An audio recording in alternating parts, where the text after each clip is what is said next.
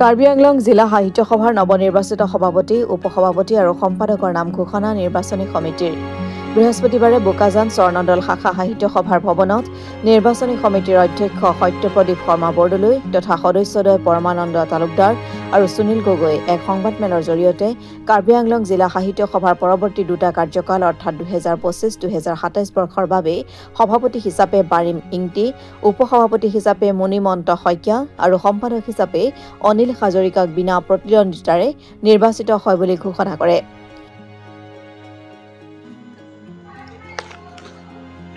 নমস্কাৰ।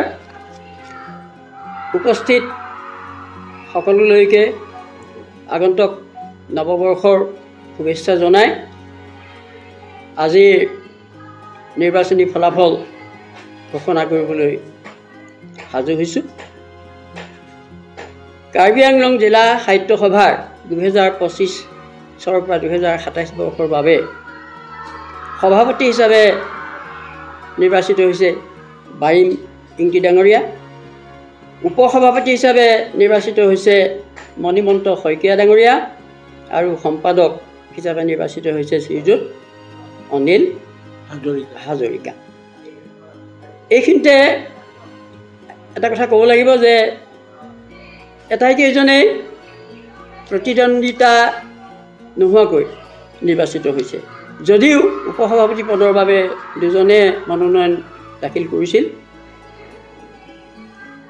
নথিপত্ৰ সম্পূৰ্ণ নোহোৱাৰ কাৰণে এজনৰ উপসভাপতিৰ এজনৰ মনোনয়ন নাকচ কৰা হ'ল। গতিকে তিনিওজনেই বিনা প্ৰতিদ্বন্দ্বিতাৰে নিৰ্বাচিত হ'ল বুলি আমি ঘোষণা কৰিছোঁ। আমাক বিশেষভাৱে সহায় কৰিলে মোৰ কাষতে বহি আছে নিৰ্বাচনী বিষয়া পৰমানন্দ তালুকদাৰ আৰু এয়া সুনীল গগৈ। এই তিনিওকে আমি ধন্যবাদ জনাইছোঁ। লগতে অসম সাহিত্য সভা আৰু কাৰ্বি আংলং জিলা সাহিত্য সভাক আমাক যি এতিয়া গুৰু দায়িত্ব অৰ্পণ কৰিলে তাৰ বাবে আমাৰ ফালৰ পৰা আমি আন্তৰিক ধন্যবাদ আৰু কৃতজ্ঞতা জনাইছোঁ। নমস্কাৰ। পোনপ্ৰথমে বোকাজান অঞ্চলৰ সাংবাদিক বন্ধুসকললৈ মই আন্তৰিক ধন্যবাদ জনাইছোঁ। প্ৰথমে মই ক'ব লাগিব কাৰ্বি আংলং জিলা সাহিত্য সভাৰ সভাপতি অতি গুৰুত্বপূৰ্ণ পদবী।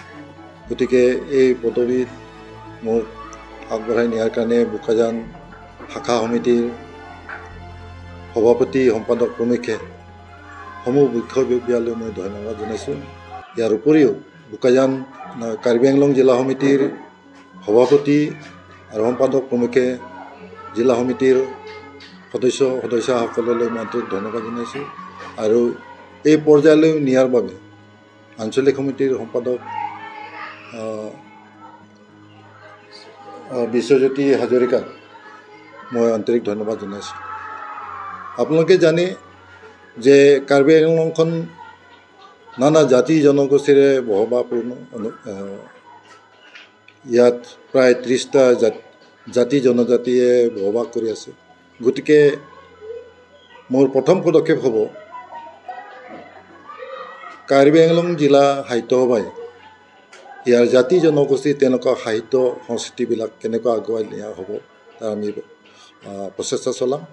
ইয়াৰ উপৰি কাৰ্বি আংলং জিলাত নানা শাখা সমিতি নিষ্ক্ৰিয় হৈ আছে, গতিকে তাক সক্ৰিয় কৰিবলৈ আমি প্ৰচেষ্টা চলাম।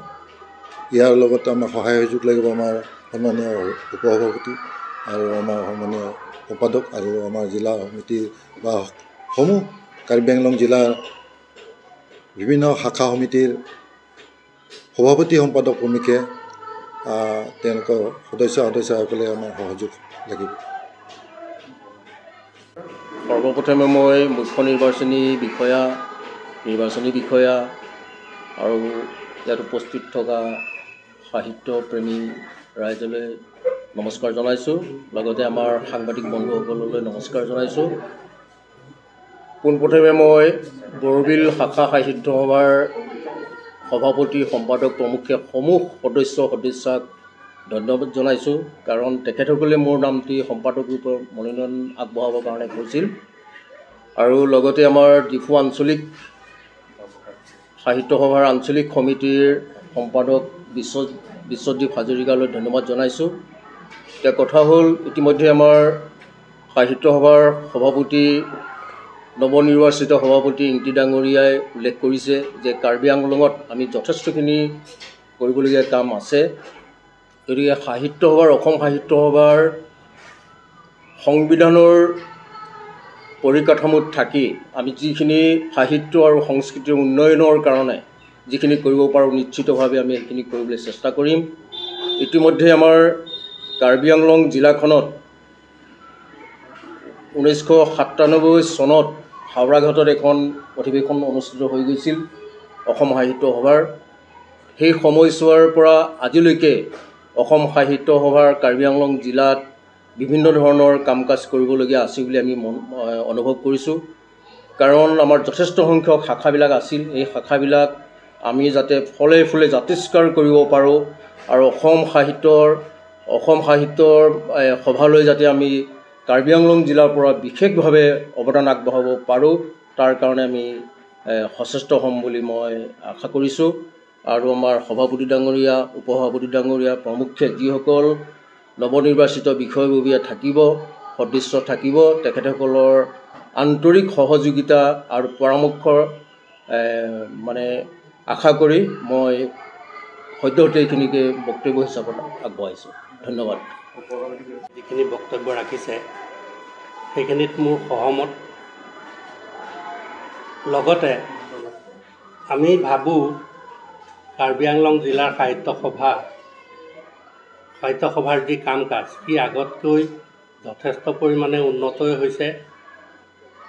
মই তেখেতসকলৰ সহযোগত এইটোৱে আশা কৰিম যে আমি এতিয়া যিটো পৰ্যায়ত আছোঁ সাহিত্য সভাই ভৱিষ্যতে যাতে তাক ইয়াতকৈ তললৈ নোযোৱাকৈ ৰাখিব পাৰোঁ, লগতে সামান্য হ'লেও ওপৰলৈ যাতে উঠাব পাৰোঁ সেইখিনি দিশত সকলোৰে সহায় সহযোগিতা কামনা কৰি আগবাঢ়ি যাম বুলি আশা কৰিছোঁ। আৰু ময়ো একেদৰেই আমাৰ শাখা সাহিত্য সভাই মোক মনোনীত কৰাৰ বাবে বকলীয়াঘাট শাখা সাহিত্য সভাক ধন্যবাদ আৰু কৃতজ্ঞতা জ্ঞাপন কৰিছোঁ। আমাৰ ৰাংচিনা ভৱনৰ সম্পাদক বিশ্বজ্যোতি হাজৰিকাৰো শলাগ লৈছোঁ। লগতে ইয়াত উপস্থিত সুধীবৃন্দ আৰু সাংবাদিক বন্ধুসকলৰ প্ৰতি মই কৃতজ্ঞতা জ্ঞাপন কৰিছোঁ। আজিলৈ ইমানেই ক'বলৈ। Rabin Barua report, Assam today.